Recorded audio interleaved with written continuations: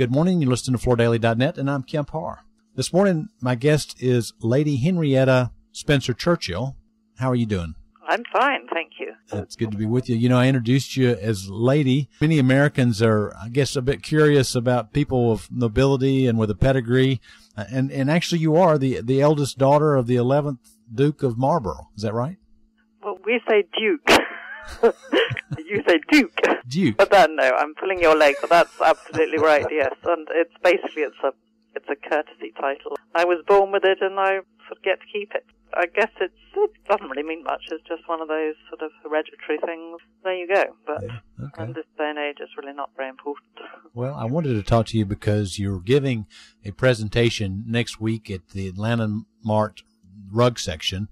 We'll get into that in a few minutes. But the reason you're giving that presentation is because you're an author and you're an interior designer. So I thought it'd be interesting to, let our listeners hear a little bit about you. The first question, I guess, is how you got into the interior design business.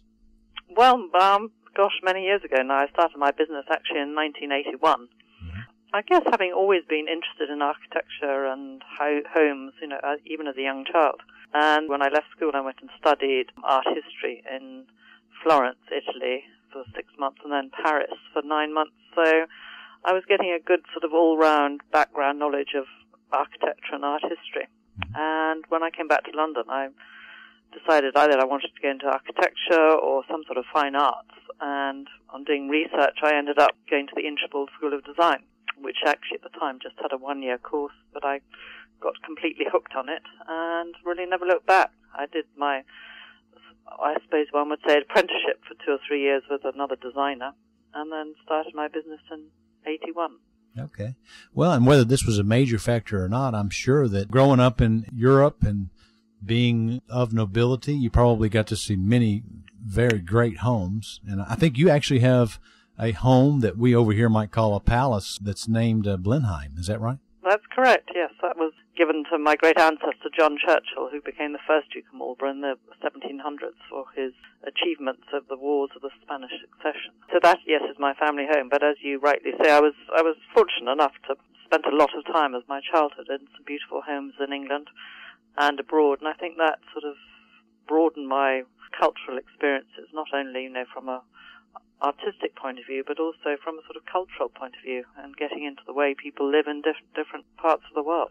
Okay.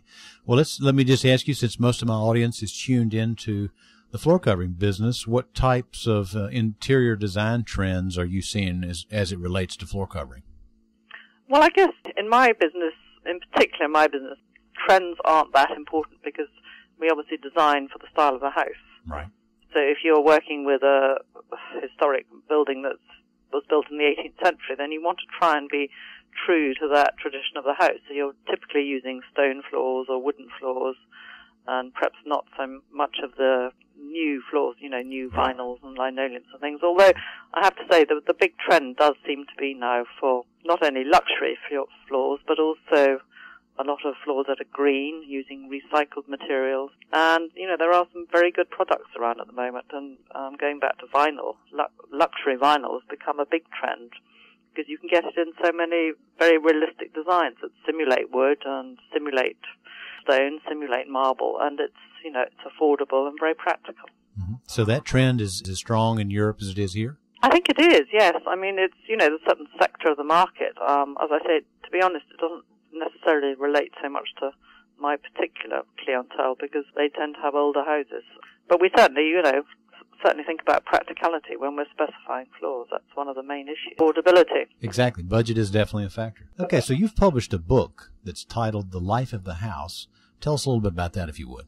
Well, actually, just to let you know, that's my 11th book. Okay. But this is my latest book. It was published by Rizzoli the year before last, I think now. But it's really on the evolution of rooms. So I explore how houses have evolved over certain periods, not only from an architectural point of view, but also from a sort of social history point of view.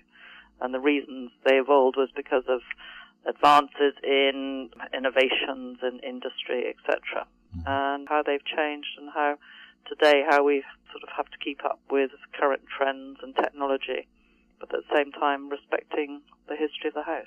You've written many books. Are they all related to interior design? Yeah, they are all related in some form or another. One's been on textiles, one on accessorizing, a couple on the Georgian period, which is sort of my speciality. But they all have a sort of historical element to them, so they're not just pretty pictures. I mean, I hope they've got pretty pictures, but they also have, I hope, a little bit of substance to them as well. You know, in our country, I think a home that's done well does a good job of communicating who lives there. It kind of shows their style. And as old as homes are in the world that you grew up in, it's probably the inverse of that. The person is more of the style of the home. Would you agree?